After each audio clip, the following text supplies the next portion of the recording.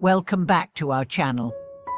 Have you ever wondered how understanding simple suffering could be the key to unlocking true compassion? Or how starting from the most basic pains in your life can help you progress on the Bodhisattva path?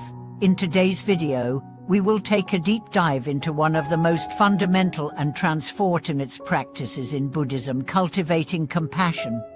We'll explore the teachings of the Great Lama, who advocates for beginning with simple suffering before tackling the deeper, more complex issues that we encounter in our journey toward enlightenment. This approach is not just theoretical, it's deeply practical and relevant to our everyday lives. So, let's journey together to understand how embracing simple suffering can lead us toward profound compassion and deeper spiritual growth. What is compassion in Buddhist practice? In Buddhism, compassion, or karuna, is more than just a feeling of sympathy for others. It is an active, selfless desire to alleviate the suffering of all sentient beings. Compassion is one of the core tenets of Mahayana Buddhism and plays a vital role in the Bodhisattva path, where the goal is not personal enlightenment, but the liberation of all beings. But how do we develop compassion? And more importantly, how can we embody this in our lives? The key, according to Buddhist teachings, is to begin where we are.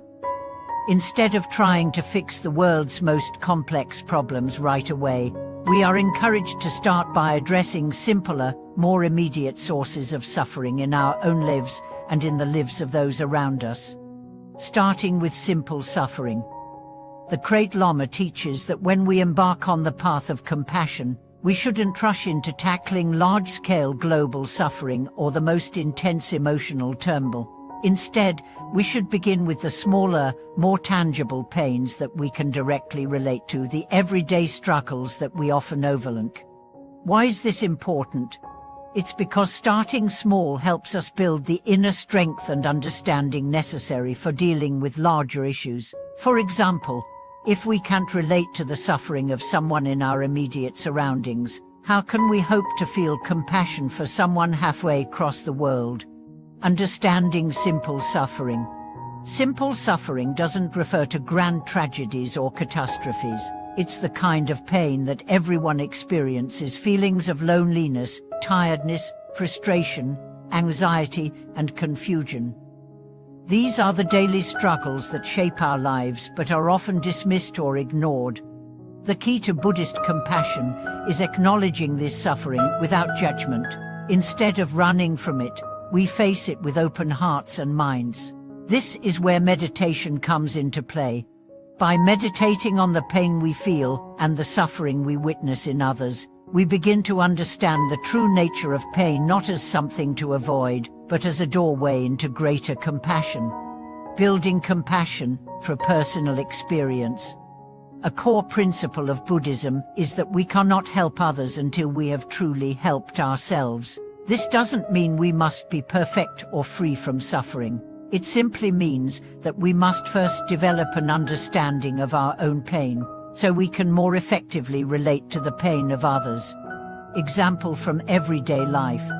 Take a simple scenario: you're feeling overwhelmed at work, dealing with stress and anxiety about meeting deadlines. Instead of pushing those feelings aside or ignoring them, you sit with them.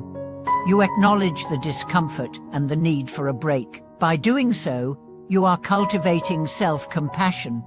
Once you've addressed your own suffering, you're in a much better place to help others when they feel stressed or overwhelmed.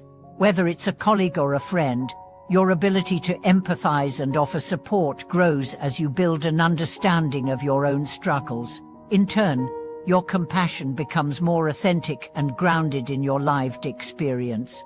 Buddhist meditation practices. A powerful tool for cultivating compassion is meditation. Buddhist meditation techniques, such as loving-kindness meditation, metta, encourage us to direct our compassion toward ourselves first, before expanding it to others. By repeating phrases like, "May I be happy, may I be safe, may I live with ease," we start to soften our hearts toward our own suffering. This becomes the foundation for extending compassion to others. Through regular practice, meditation deepens our capacity for empathy, enabling us to feel the pain of others without being overwhelmed by it.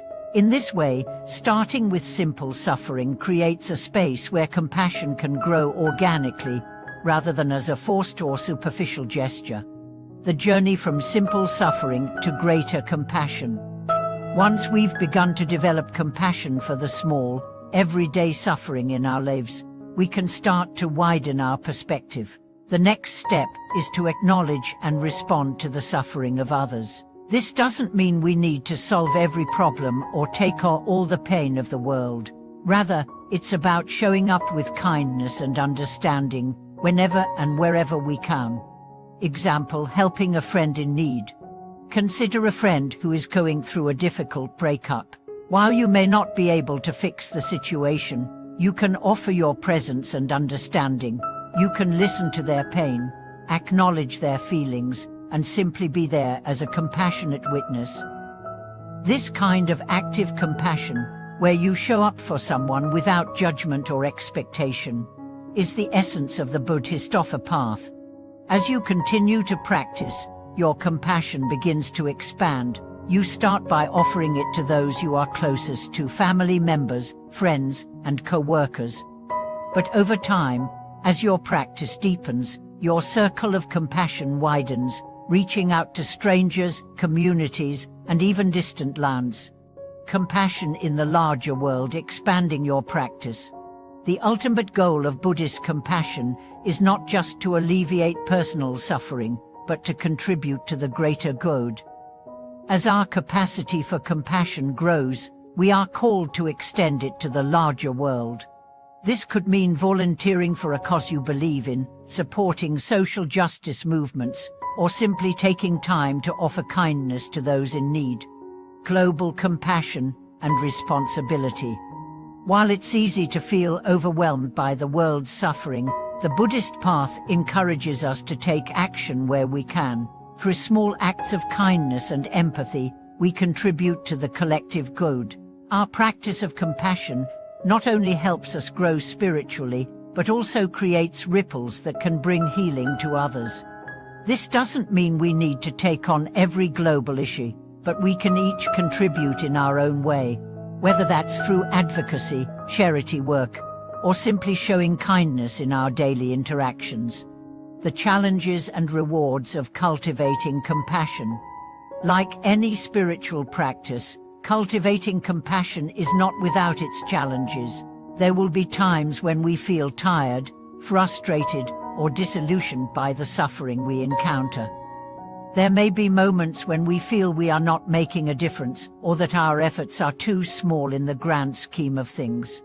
But Buddhism teaches us that the path to enlightenment is not about grand gestures. It is about consistency, patience, and a genuine desire to alleviate suffering in all its forms. Every small act of kindness, every moment of empathy, is a step on the path to greater wisdom and enlightenment. Conclusion, reflections on compassion.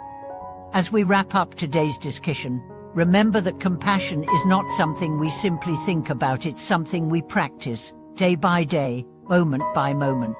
Starting from simple suffering, we can build a deep, profound compassion that leads to personal growth and spiritual awakening. In your daily life, look for moments where you can practice compassion, whether it's offering a kind word, listening attentively, or helping someone in need. As you do so, you will begin to notice the transformation within yourself, a shift toward greater peace, wisdom, and empathy. Call to action. We'd love to hear from you. How do you practice compassion in your own life? Have you experienced moments where starting with small acts of kindness made a difference in someone's life? Share your stories and thoughts with us in the comments below. If you enjoyed this video, don't forget to like, subscribe, and share with others who might benefit from this teaching. Thank you for watching, and we hope today's exploration helps you take the first step toward a more compassionate, enlightened life.